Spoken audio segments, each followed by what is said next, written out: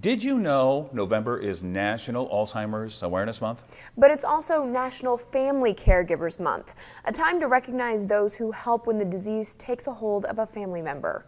New at 10, Channel 8's Brent Bonfleur joins us with one of those family stories. Brent? Rod, Megan, nearly 6 million people are living with Alzheimer's in the U.S. and more than 33,000 here in Nebraska. And while it took the life of a Lincoln woman, she's left behind a legacy that her family hopes will encourage others to keep fighting.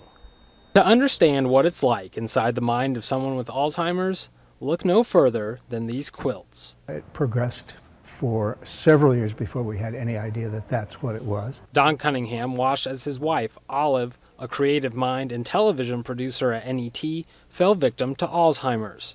It started slowly, with things like writing and combing her hair becoming increasingly difficult, and progressed to the point where she couldn't follow directions or even understand the television programs she used to create.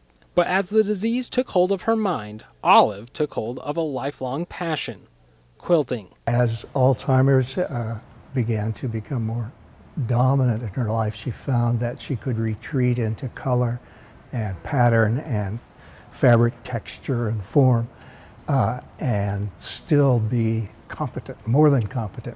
Olive ultimately lost her battle and died in 2015. She asked, would I help her to make a quilt? And the simple answer was, of course, yes. With help from her sister Judy, Olive spent the last years of her life stitching over a dozen quilts. Those quilts are now on display at the International Quilt Museum, which teamed up with the Alzheimer's Association to create an exhibit honoring her work and to bring awareness to those with the disease and their families. Caregiving is a challenge. Caregiving is also an opportunity for people to learn new things about the people that they love. The exhibit that we're featuring here at the International Quilt Study Center and Museum is going to showcase that. And for those who have loved ones affected by Alzheimer's, Don and Judy have some advice. In many ways, it's a long goodbye when you're living and working with someone who has Alzheimer's disease. But the important thing is to recognize the abilities that they still have and not to focus on the abilities that are falling away. You know there's something going on in that person's brain, and as a caregiver you have to suppress your tendency to force them back into the world the way you see it. Let them be themselves and adjust yourself.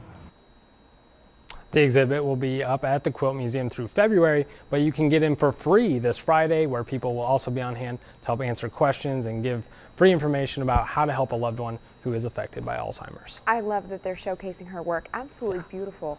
Thank you, Brent, for that great story. Sure.